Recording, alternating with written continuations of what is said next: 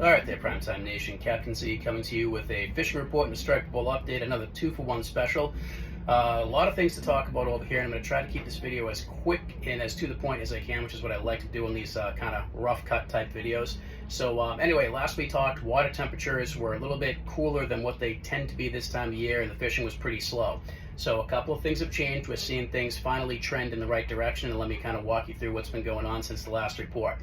Okay, last report, there was a lot of bait around, but what ended up happening was we had some really strong westerly winds, which kind of pushed a lot of the life out towards the east and pushed a lot of that life, i.e. a lot of the bait, out offshore. So where there was an absolute abundance of mackerel over here, that kind of died out when then the westerly winds kind of pushed everything towards the deeper water. What's kind of happened in the past couple days is that a lot of those baits have kind of moved back inshore. So we're starting to see mackerel again. Not quite as many of them as we were seeing a couple of weeks ago, but that's typically what you expect to see as you kind of approach the sort of tail end of June. As I'm filming this report, it's June 29th. So typically that is what we see. We see the mackerel schools tend to thin out a little bit, but the mackerel did move back into the area. People weren't hitting anything as far as bait was concerned up in Broad Sound up until a few days ago.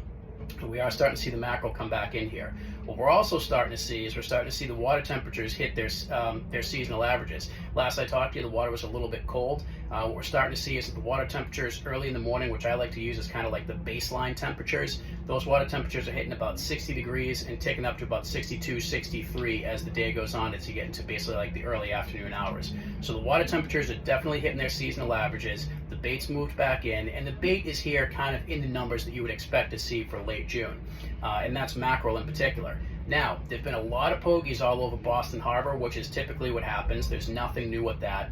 One thing that I noticed when I've been in there is that the pogies have tended to be a little bit deeper. They're not right up on the surface. They're kind of in this sort of suspended in the water column, more like in the mid-level of the water column. A little bit harder to snag them when they're down deep like that. You really kind of have to have them at or near the surface to get them consistently.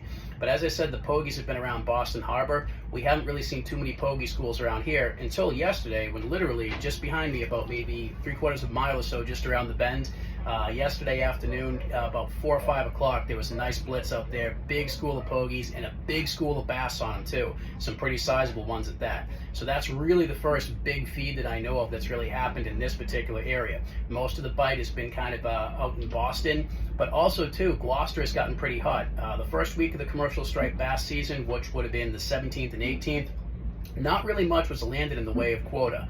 The word is there was a lot of quota that was landed this particular week in the 2 days of fishing, and most of that quota, I'm told, was landed out of Gloucester. I guess they did pretty good up towards the north in Gloucester. They got a few down in Boston too, but that's good to hear that those guys in Gloucester did pretty well. And between the water temperatures ticking up, the bait moving back in, and finally seeing like a really big feed happen just around the corner the other day, the first one of the season that I've seen so far. Typically we usually see typically we should have seen a lot more of them up until this point, but I think now that the bait's coming back in, the water temperatures are getting to where they are, and things are kind of shifting around out there, I think we're finally starting to see things turn to more favorable fishing out there. So things are improving. They're not quite where I think they should be, but at least we're seeing some good signs of life, and we're seeing some trends move the right way. So hopefully in the next report I get something a little bit better for you. Still an awful lot of small fish around here. I mean, you come down here at high tide with some live mackerel, some fresh mackerel, you can't help but catch a lot of small fish, and there's plenty of slot fish too. Like I said, those bigger ones, onesies and twosies, they're creeping back in here. Not quite where it should be, but the trend is going the right way. All right, let's wind this video down with the striper bowl update. Really not too much has happened within the striper bowl. Basically, Jay Cigars, he's still in first place with 46-inch, 34-pound striped bass. And actually, Craig Smith has moved into to the number 2 position. He got a 37-incher the other day, 20-pound fish, and that was, I'm told, right at that blitz that happened yesterday, just around the corner late in the afternoon. So that puts Craig into the number 2 position, which bumps Bobby Losbo with his 36-incher into the number 3 position. And like I said, with the signs of life improving and things trending in the right direction, hopefully we're going to have some more to report this week, and we'll have some bigger fish and some big changes on the board. Still no bluefish, but this is the time of year that the bluefish should start showing up, so hopefully we'll have a bluefish report for you pretty soon. But anyway, that's all I got for you on this cut. Thanks for watching. Stay tuned. More updates coming soon.